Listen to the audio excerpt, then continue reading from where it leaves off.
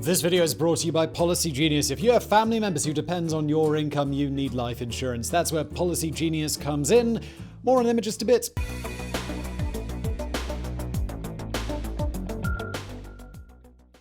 His name is synonymous with ostentatious corruption. For 20 years, Ferdinand Marcos ruled the Philippines, first as its democratically elected president, then as its iron-fisted dictator. At home, his regime was defined by its authoritarianism. During the years of martial law, it's estimated around 3,000 political prisoners were murdered, while another 40,000 were tortured. To the rest of the world, though, there was one major theme of the Marcos years: corruption. Corruption on a scale so eye-watering, history has rarely seen anything like it. As absolute ruler of his country, Marcos and his wife Imelda plundered the state treasury, using public funds to buy everything from luxury villas to fist-sized diamonds to 1,000 pairs of designer shoes. All told, they're thought to have stolen $5 billion from the Philippines at a time when millions were going hungry and underfunded hospitals couldn't afford anesthetic. Today, Biographics is investigating the story of how one man managed to turn an entire nation into his personal piggy bank.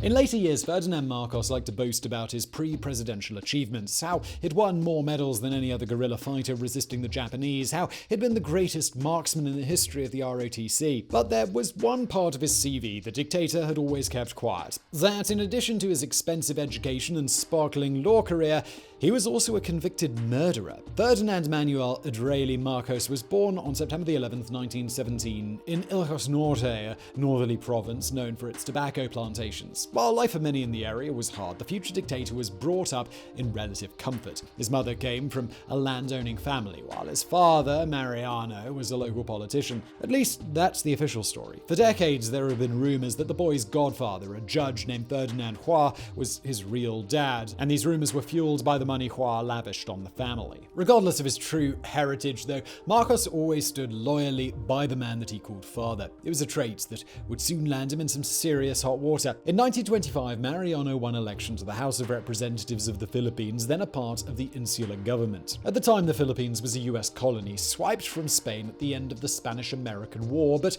with its own legislature for internal matters. Since it was based in Manila, the family moved to the capital. There, Marcos settled into the privileged life of a politician's son. He attended a good school, took up hobbies like boxing and shooting. Even when Mariano lost his seat in 1932, the now teenaged boy stayed on studying law at the University of the Philippines. There, as part of the Reserve Officers Training Corps, or ROTC, he became one of the country's star marksmen. And yes, that fact is going to be significant. In 1935, the US altered the colony's status, granting further autonomy. Importantly, this meant the creation of a new National Assembly, the assembly that Mariano was determined to be a part of. That September, Marcos's dad went up against Julia Nalunderson for their district seat. To the family's shock, Mariano lost. Nalunderson's supporters celebrated by having the Marcos family name engraved on a coffin that they dragged through the streets. But it wouldn't be Mariano who needed that wooden box. Just 2 days later, on September the 20th, Nalunderson was brushing his teeth at home when he was shot through the window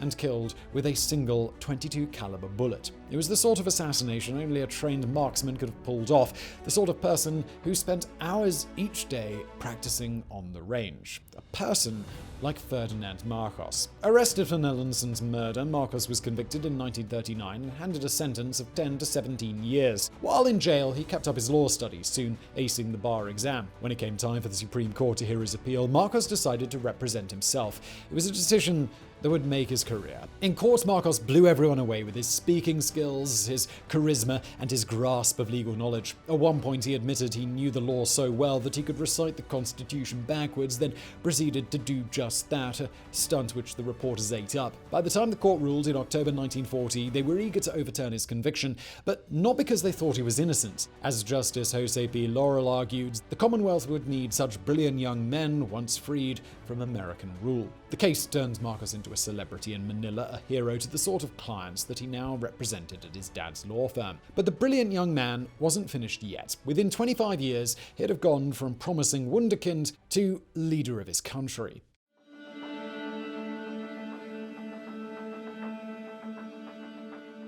In the end, Marcos's work in Mariano's law firm lasted barely a year. On December 8, 1941, Japan invaded the Philippines, opening a whole new front in World War II. What happened next depends on who you talk to. According to his supporters, Marcos's wartime exploits were basically Asian Rambo. Captured by the Japanese, he survived the infamous Bataan death march, only to be tortured at Camp O'Donnell, one of the Pacific's deadliest POW camps. But rather than succumb, Marcos escaped, fleeing into the mountains, from where he proceeded to rain hell down on the occupying army. As one of the highest decorated guerrilla fighters in the Philippines, Marcos coordinated with US intelligence to help America recapture the islands. Although his father was executed by the Japanese, the young lawyer continued to fight, earning a reputation so mythic the peasants believed he could deflect bullets or vanish into smoke. This version of the story ends like the final scenes of A New Hope, with Uncle Sam as Princess Leia gratefully showering medals down onto Marcos's hunky Han Solo. But there is another version, a version that claims Marcos did none of this, that the US has no record of ever awarding him any medals, and that Marcos spent the war not fighting but making a killing on the black market. In this version, even Mariano's death is different, executed for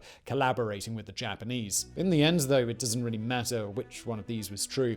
Marcos simply used the full force of his charisma to make everyone believe the version most flattering to him. The result was a nation that felt eternally in his debt. In 1946, just after the US granted the Philippines full independence, Marcos became a special assistant to the new president, opening up endless networking opportunities. At the same time, he relaunched his career as a lawyer, now trading on his war hero reputation to attract big clients. But all this was really just a stepping stone, a single step forward on the path Ferdinand Marcos had already laid out for himself. The path to absolute power. We can see this from the moment he launched his political career in 1949. Running on a Liberal Party ticket for the lower house, Marcos told voters in his native area, "If you are electing me just to get my services for the pittance of 7,500 pesos a year, don't vote for me at all. This is only a first step. Elect me a congressman now, and I pledge you an Ilocano president in 20 years. In fact, it would take even less time than that. Elected in no small part due to his war record, Marcos became a fixture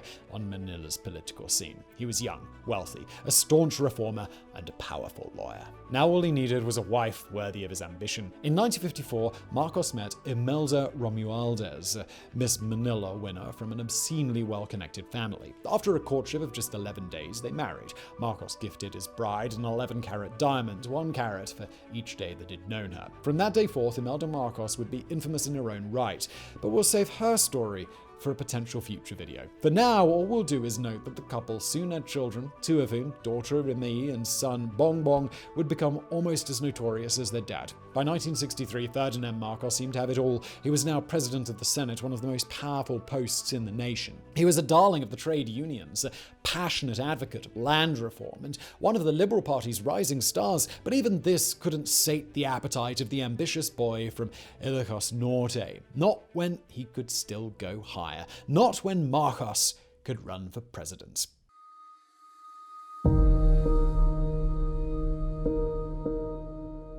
So here's the problem with Marcos's plan to run for president on the Liberal Party ticket. The Liberal Party already had a president, but Marcos wasn't about to let a silly little thing like his whole party saying, "Bro, seriously, our guy's already in charge, stop him from running." In 1965, he switched parties, becoming the nominee for his former rivals, the Nacionalistas. Under the slogan, "This nation can be great again," sounds familiar, he went on to trounce the incumbent president, winning nearly 52% of the vote. And just like that, Ferdinand Marcos was the Philippines' head honcho. To be fair, the writing had been on the wall from the moment that he'd won the Nacionalistas nomination. So far, no post-independence president had managed to win a second term. Little could anyone have known that Marcos would wind up serving as long as his 5 predecessors combined. At first, the election of Ferdinand Marcos didn't seem like a major historic shift. In his first term, the new president did some predictable stuff, like backing the US in the Vietnam War, and some controversial stuff like sending 2,000 Filipino troops to help. He also did some populist stuff like cracking down on corruption, and some useful stuff like repairing roads and sewage systems. For anyone alive at the time, it would have felt less like the beginning of a dictatorship and more like, well, business as usual. Aside from the first couple's ostentatious lifestyle, people called them the Filipino Kennedys. There was nothing to really mark Marcos out from previous one-term wonders. Until that is, he won his second term. Marcos's 1969 re-election hit political circles like a thunderbolt. In an era when no one got a second term, here was Ferdinand Marcos still enjoying the goodwill of the people. At least, that's how the president's office spun it. The opposition claimed that Marcos had used intimidation and violence to get votes, that he had spent state funds on his campaign, that he was already planning an illegal third term. As 1970 dawned, it was still just about possible to look at Marcos and see an ordinary politician, one who played dirty but wasn't on a par with some Latin American autocrat. Sadly, that illusion wouldn't survive the oncoming storm. Known today as the first quarter storm, that political cyclone basically did for the Philippines what the Galveston hurricane did for Texas. As Marcos began his second term, insane social currents were swirling, creating a highly volatile cocktail. There was brewing resentment at Filipino involvement in the Vietnam War, a growing pushback against US imperialism, upheaval on campuses. Cripplingly low wages for the poor were causing problems, as were upcoming price hikes. Out in rural areas, a fledgling communist insurgency was taking hold. When Marcos delivered his State of the Nation address on January 27, 1970, it was the trigger for all of those resentments to finally explode. On January 30th, a tsunami of protesters descended on the president's Malacañang Palace, determined to break inside. Protesters tried to scale the walls, guards opened fire, someone drove a truck at the front gates. Eventually, the demonstrators were driven back to Mendiola. There, the police attacked, killing 5. In the aftermath, Marcos declared the protests an attack on democracy, but the storm didn't end. Across February and March, Manila streets boiled with rage. There were running battles between police and students, firebombings, reprisals by security forces. The US Embassy had its lobby trashed. Strikes and mass protests paralyzed the capital. It was a howl of rage that, depending on your politics, was either a necessary release or a sign of the coming communist takeover. The storm finally ebbed after March the 17th, but it didn't die. The anger simply hid below the surface, just bubbling away. It seems Ferdinand Marcos recognized this. Not long after the storm abated, he went to the military and asked them to draw up hypothetical plans, preparation for if the worst happened. These plans were to implement martial law across the Philippines. Within no time at all, they were going to move from the realm of hypothetical to that of terrifying reality. Now, for a lot of people, there is no more terrifying reality than sudden death that leaves your family destitute. That's why life insurance is so crucial, and fortunately, today's video is sponsored by Policy Genius. Look, nobody likes to think about life insurance, but the reality is that it's an important layer of protection for many families, especially for single-income households. That's why Policy Genius and their award-winning policy options, ranked #1 by Forbes, by the way, are so crucial. Whether you've been putting off your purchase or just never really thought about it, Policy Genius is the team you want to check in with. This is a third-party marketplace that works for you, not for the insurance companies, so you can trust that their licensed experts are going to give you solid, unbiased advice. Life insurance premiums might seem like a financial drain, but you could save $1,300 or more per year by using Policy Genius to compare life insurance policies. If you're interested, please do head to policygenius.com to get started, and within minutes you can work out how much coverage you need and compare personalized quotes to find your best price. When you're ready to apply, the Policy Genius team will handle the paperwork and scheduling for free. You could save 50% or more on life insurance by comparing quotes with Policy Genius, and getting covered now locks in your rate as is. Over the course of a 10 or 20-year policy, those savings add up, and best of all, eligible applicants can get covered in as little as 1 week. So head to policygenius.com to sign up. You'll be glad you did, and let's get back to today's video.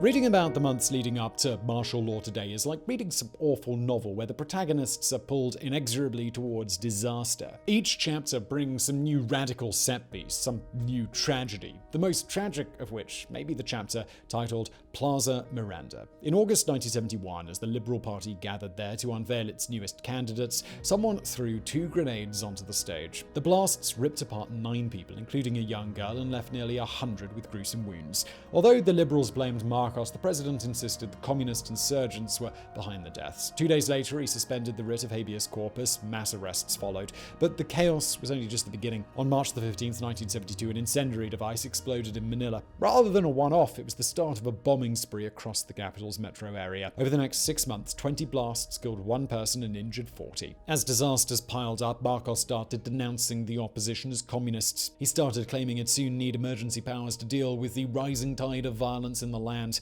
His rhetoric got so heated that popular lawmaker Benigno Aquino Jr, better known as Ninoy, claimed in the Senate that it found evidence of a secret plan to place Manila under martial law. Sadly, that knowledge came too late for anyone to act. On September the 22nd, Government Minister Juan Ponce Enrile was driving home when his car was ambushed by communists and sprayed with bullets. It was a miracle that Enrile managed to get away. Such a miracle, in fact, that most assumed the attack was staged. Still, this was all the pretext that Marcos needed. It's still a mystery exactly when Proclamation No. 1081 was signed, implementing martial law. Some say Marcos signed it immediately after the ambush on Enrile. Others say that it secretly signed it the day before, on September the 21st, since 21 is divisible by 7 and Marcos was famously obsessed with that number. Regardless of the timing, though, the results were the same. As the clock ticked midnight, Senator Ninoy Aquino was arrested, and he was just the first. Over the early hours of September the 23rd, 1972, some 400 journalists, students, and lawmakers were rounded up. When the sun rose, it was a country where radios were broadcasting only static,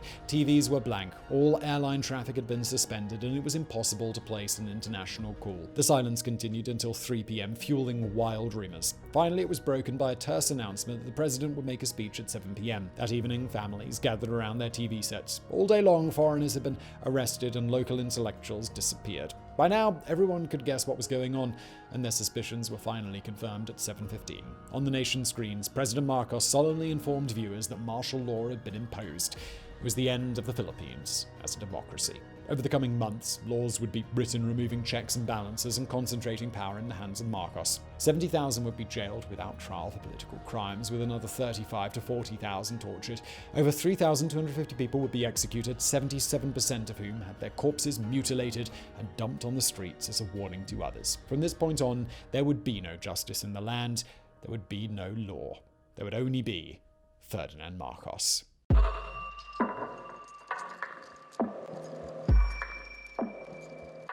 At first, incredible as it seems, martial law was pretty popular. Things had been so chaotic that many welcomed the stability. Violent street crime was reduced, illegal guns were seized, the military expanded to fight the communists. Nor did Marcos just focus on law and order. When the new 1973 constitution was promulgated, creating the post of prime minister and giving it to Marcos while still allowing him to be president, the man who'd just killed democracy gave a speech rallying against poverty in his nation. But while the new society's stated aim was to help the poor, in reality, Marcos mainly just helped himself. Successful companies were snatched from their owners, turned over to Imelda's family members to use as their private piggy banks. Known as Crony Capitalism, this handing of assets over to friends would cause a gigantic economic problem down the road. But not before the first family made themselves filthy rich. Over the years of martial law, the Marcoses are estimated to have stolen $5 billion from the public purse. 50 private villas were built for the couple, ranging in luxury from extravagance to would make the Sultan of Brunei blush. Up in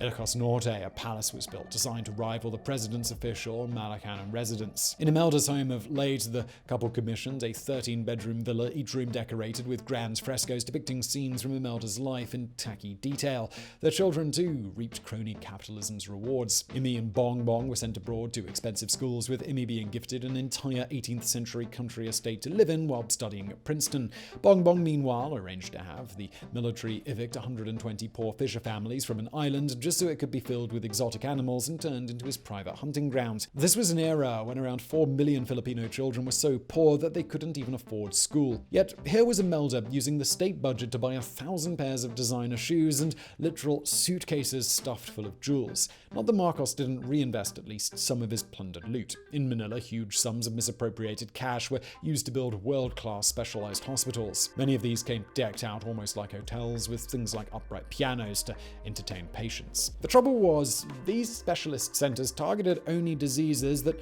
Marcos was interested in or which were fashionable to treat, which is how Manila wound up with an expensive lung center that saw a handful of patients every year, while across the city much more needed tuberculosis hospitals were so starved of cash that patients were forced to share beds. Still, the regime did at least bring in land reform laws that allowed some peasants to own their own small holdings for the first time, yet even this was overshadowed by a drop in real wages and an economy that soon began to sag beneath the weight of the first couple's cronies mismanaging multiple companies. But perhaps the most damning fact is that the dictatorship failed on its own terms. Martial law was justified as a way of fighting the fledgling communist insurgency. By the 1980s, though, that insurgency hadn't just grown, it had been joined by a Muslim separatist rebellion in the south.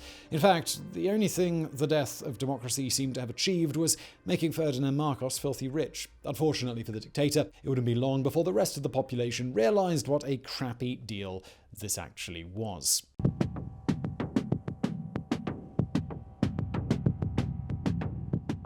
On August 21, 1983, Ninoy Aquino stepped down off the plane at Manila Airport, certain that his time had come. It was now a decade since he'd been arrested by Marcos's goons, a decade in which he'd endured imprisonment, a suspended death sentence, and eventual exile. Now, with the economy in shambles and rumors swirling about the dictator's health, the former senator had returned to the Philippines to fight for democracy on his own turf. Sadly, he'd never get the chance. As Benigno Aquino stepped off the plane, a gunshot rang out. The senator's head jerked back, blood splattered. It was the last assassination of the Marcos era, another in a long line of bodies. But this time, murder would have consequences. By the time of Ninoy's death, Marcos's grip on power was loosening. After an intense campaign by Catholic leaders, martial law had been lifted in 1981 ahead of a visit by the Pope. But Marcos had refused to step down, sure that his international backers would continue to support him as they always had. With the assassination of Ninoy, though, things were about to change. Now, so far in this video, Uncle Sam has been kind of hovering in the background, like a star-spangled ghost. Ever since the days of Lyndon B. Johnson, Washington had poured money into keeping the Marcos regime afloat, certain he was a bulwark against communism. But with Aquino dead and millions protesting, Uncle Sam suddenly began to wonder why he was wasting his time on this tin-pot tyrant. When word of this got back to Marcos, he decided to act, to show his foreign benefactor that his people still loved him. In 1985, the dictator called an early election, fully intending to take the results and rub them in Ronald Reagan's face. Instead, Marcos wound up pressing the self-destruct button on his own career. The opposition's candidate was Ninoy's widow, the popular Corazon Aquino. In fact, she was so popular that when the official results showed a Marcos landslide, people refused to believe them. They attended Corazon's victory rally in their millions, heeded her call to start a campaign of civil disobedience. In the end, the campaign would take barely 2 weeks to achieve its goal. On February the 22nd, 1986, Marcos's old ally Juan Ponce Enrile abruptly threw his lot in with Corazon, declaring that the ambush on his car that had triggered the martial law had been staged. Enrile joined the army deputy chief of staff in calling for a coup before barricading himself in a military base. When the army was sent to retake it, Filipinos poured into the streets, forming a vast human shield. Unable to crush the traitor without killing thousands, Marcos retreated. It was effectively the end of his dictatorship. By February the 25th, protests had paralyzed the country. Sensing which way the wind was blowing, the Americans withdrew their support for Marcos. The dictator was told that he could accept US-sponsored evacuation and exile or take his chances. Just hours earlier, Marcos had delivered a speech vowing to remain in power for another 6 years. Now he was forced to swallow his pride and accept the offer. That same night, the now ex-president, Imelda, and their kids were airlifted out of Manila. They took with them millions of dollars in looted goods, a final screw you to their countrymen. But it would be the last wound Marcos would ever inflict on the Philippines. Ferdinand Marcos died 3 years later, in exile, in Hawaii, on September the 28th, 1989. At the moment of his death, he was facing federal charges of racketeering. Back home, his name was mud tarnished not just by the assassination and revolution, but by revelations of all the money that he and Imelda had pilfered. It was a deserved fall, one which doubtless left the former dictator feeling extremely embittered. Yet it wasn't quite the end. Today, some 30 years after his death, Ferdinand Marcos is having an unlikely rehabilitation. Current Philippine President Rodrigo Duterte has openly embraced the strongman's memory. In 2016, even allowed Marcos to be buried in the Cemetery of Heroes, the Philippines equivalent of Arlington. Imelda is still alive and still adored by millions. Imi is a senator, while in 2016, Bongbong came within a hair's breadth of winning the vice presidency. Meanwhile, a new generation born after the return of democracy are beginning to express nostalgia for martial law, for a time when, so many believe, the streets were safe and order reigned. It's a remarkable posthumous comeback for a dictator deposed in a revolution, especially one so flagrantly corrupt. But then, that's just Ferdinand Marcos all over. Throughout his life, this was a man blessed with the devil's luck, someone who managed to literally get away with murder, with war profiteering, with crushing dissent for 2 decades. Wherever he is now, up in heaven or in the depths of hell, there's no doubt he's looking down on his recent rehabilitation and laughing. So I really hope you found that video interesting. If you did, please do hit that thumbs up button below. Don't forget to subscribe also, thanks to our fantastic sponsor, Policy Genius, link below. And thank you for watching.